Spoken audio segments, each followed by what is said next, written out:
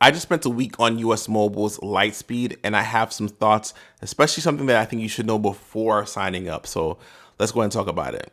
What's good, everybody? It's your boy Everton, and yeah, I've had a week, so it's not enough to give a full review on Lightspeed, but I do have some initial impressions about the data and my experience with it. So we're going to talk about that. It is something that I did not expect, and something that I think users would want to know about. And just a heads up, there is a link in the description. If you do want to check out US Mobile, definitely click on that link. I'll put any promo codes that I have available in there to try to get you guys some discounts as well, and also be in a pinned comment. But let's go ahead and get into it. Before I get into my data experience, I just want to tell you what the service has to offer. So it is unlimited data when it comes down to download. You do have 50 gigabytes of hotspot data and 20 gigabytes of international data in up to 180 plus countries. So I think that's pretty generous. But the one thing that I do have to talk about is definitely the data experience that I had. It sometimes acts very inconsistently.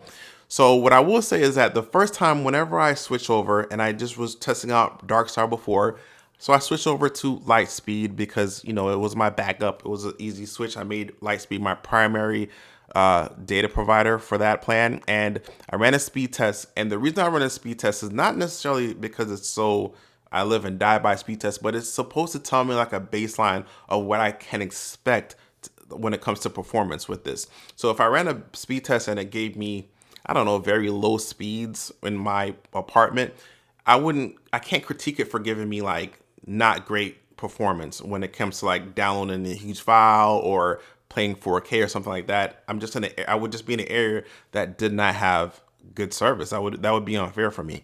But I did run the speed test, and it gave me the natural stuff. Like, you know, I had very fast speeds. I had like 500 to 700 megs down, and it was, you know, I was very happy with it. The next thing I did was I tried to play a 4K video, and it did play it, but it had slight buffering with it, which is, it's not a big deal. Like slight buffering, like 1 or 2 seconds, it's not a big deal, right? Then later, like a couple hours later, I tried to play another 4K video, and, you know, I was able to play it with no buffering at all. Slight scrub. I was scrubbing all over the video, trying to find different places that had not preloaded so that I could test, you know, the ability for it to play 4K. And yeah, like it wasn't buffering at all. So this isn't something that I would typically mention on a video. I mean, these are like first world problems. 1 or 2 seconds of buffering, who cares, right?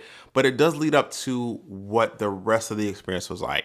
So I went to go pick up my daughter from her bus stop, and I was listening to a YouTube video on the way there. When I got to the bus stop, and this is a challenging area, but I started to notice a lot of buffering.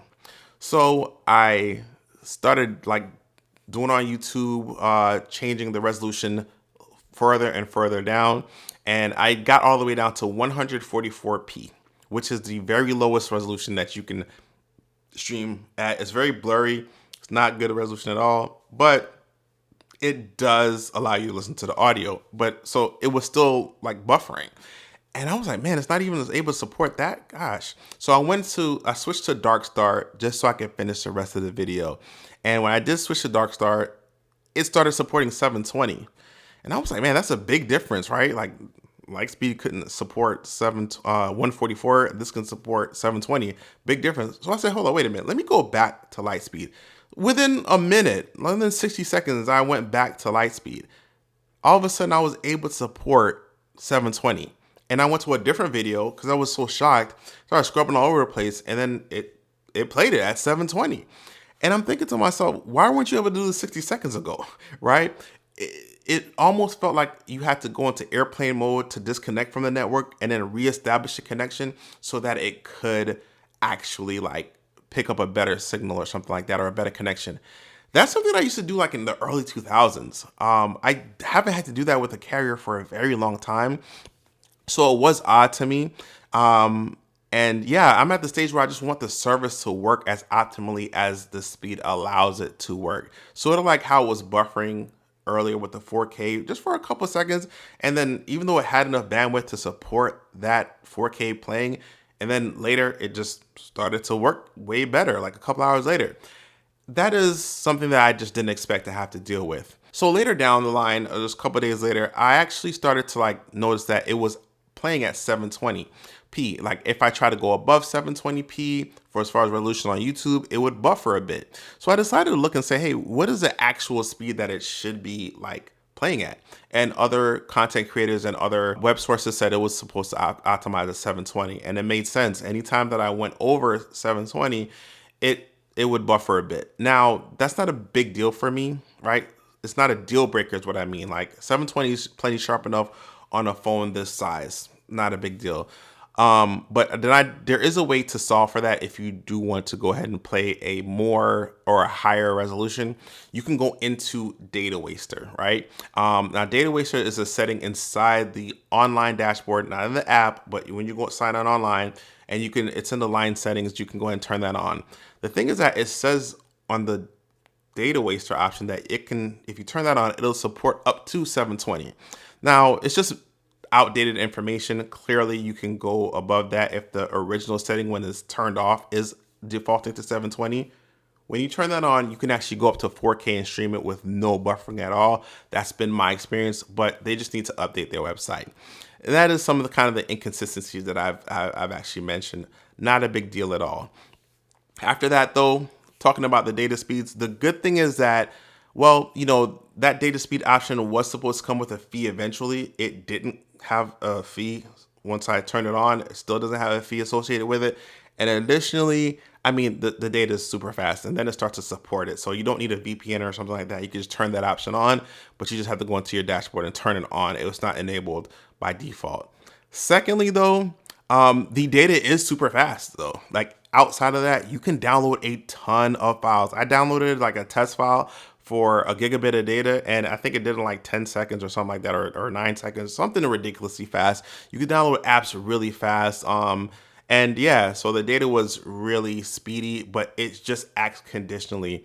Now, FY, this plan has low priority, like it's deprioritized. So that means that sometimes when the network gets congested, you will not have the priority data to maintain the, I guess, the amount of like speed that you're used to. Other core customers for like T-Mobile's infrastructure will get prioritized and you'll have to dip down.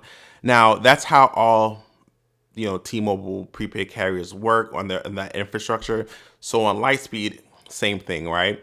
But a few years ago, it used to be bad. Over the last couple months, when I've really been messing with T-Mobile's like services a little bit more, it's not bad, at least in my area. But I mean, I think that it's just something to pay attention to because Darkstar and Warp have the ability to have priority at least turned on as an option. So that is something that you should be aware of. But outside of that, I mean, the inconsistencies is something that did kind of like bring my attention out to, but the speeds are super fast.